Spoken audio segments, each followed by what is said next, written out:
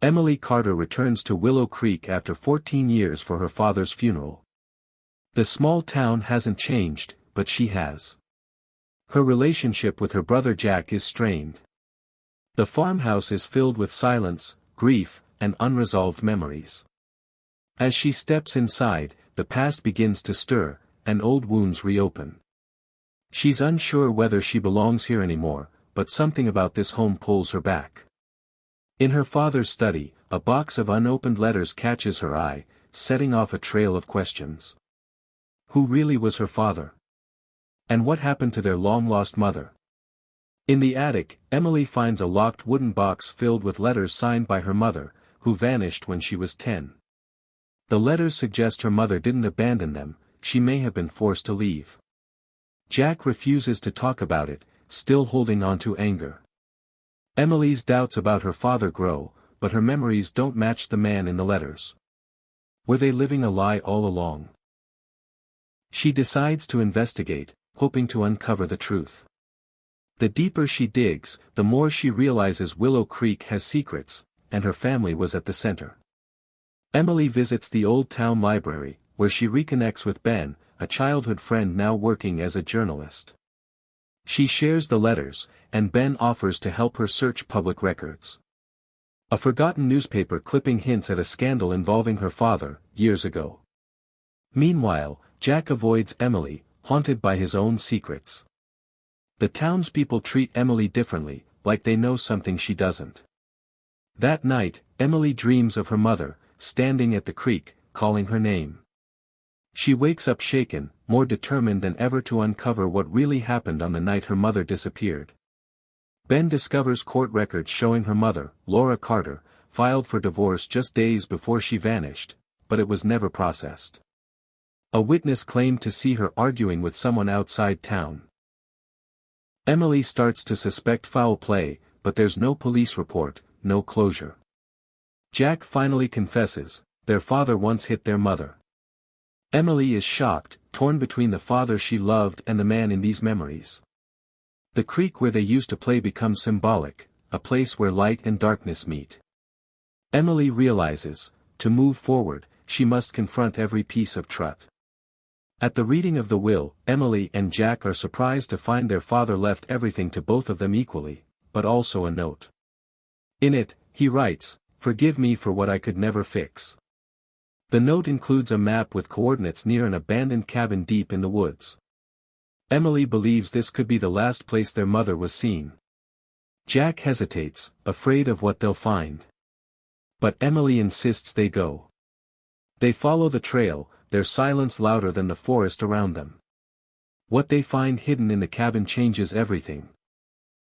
Inside the cabin, they find a dusty trunk filled with women's clothes and a journal, their mother's. In it, she details emotional abuse, fear, and her failed attempts to escape. She had planned to leave with the children but was threatened. One entry ends abruptly, "If something happens to me," they realize she was planning to run, not abandon. Jack breaks down, blaming himself. Emily holds the journal like a relic of truth, finally understanding her mother's silence. She promises to find out where she went, dead or alive. The next clue leads them out of town, to Asheville. Emily and Ben track down a woman named Lena Hart living in Asheville. Everything matches, handwriting, voice, birthmark. She's their mother. Laura, now Lena, faked her disappearance to escape abuse and start over. She believed the kids would be safer with their father. Emily is stunned, angry, relieved. Jack refuses to meet her at first. Laura breaks down, explaining she sent letters every year, but never knew if they were read. Now the truth is out, but healing is harder. Forgiveness is not instant. But Emily knows this reunion was meant to happen, even if it's complicated. Jack finally agrees to meet Laura. It's not joyful, it's raw, filled with blame and pain. But it's honest. Jack confesses he always suspected the truth but chose denial. Laura apologizes, deeply and repeatedly, knowing no words can undo years of absence. Emily watches them, realizing healing isn't linear, but it's possible. They spend the evening talking, crying, and confronting everything unsaid. That night, Willow Creek feels lighter somehow. Emily wonders if she should return to Chicago, or if this town, with its flaws and memories, might still be home. Laura gives Emily one last letter, meant for her 18th birthday, never mailed. In it, she writes about hope, strength, and how proud she would be of the woman Emily would become.